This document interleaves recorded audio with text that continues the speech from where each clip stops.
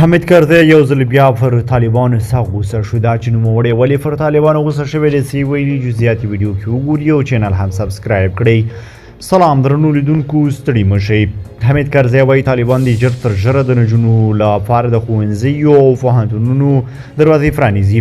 د افغانستان پخواني ولسمشر حامدکرزي سپوږمۍ ته د هندوستان د چاندريان بریالي فضایي ماموریت ته په اشارې سره پر خپل ټویټر فاون لیکلي چې دغه فضایي ماموریت مشري یوې هندي ساینس پوهې میرمن ریتو کریاډال شریواستو په غاړه درلوده.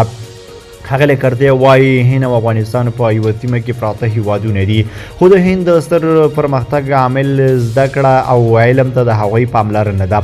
نوموړی وایي پر طالبانو غږ کوم چې د نجونو لپاره د ښوونځیو او پوهنتونونو دروازې ژر تر ژره پرانیزي او کار ته د ښځو د بیرته ستنېدو زمینه برابره کړي چې افغانستان د علم او پوهې په رڼا کې د روښانه راتلونکي په لور ګړندي ګامونه اوچت کړي. د هند چاندريان فضایي بیړۍ د چهارشنبې په ورځ د وږي لومړی د یوه پلټونکي ماموریت لپاره سپوږمۍ ته ښکته شوه. هند څلورم هیواد دی چې سپوږمۍ ته رسېدل او لومړنی هیواد دی چې د سپوږمۍ پر سویلي قطب کې یې فضایي بیړۍ کېنولې ده. دا فضایي بیړۍ د روان کال د سرطان په 23مه د هند د سویل شرقي ساحلونو څخه فضا ته ولېږدول شوه.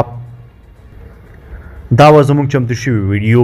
کو تاسې په دې اړوند کوم نظر لرئ نو کمنټ کې راسره شریک کړئ او د لا ښکلو ویډیوګانو لپاره در سره زموږ چینل حتما سبسکرایب کړئ. له ملتیا ومننه چې موږ سره تر بیا ښه وخت ښې چارې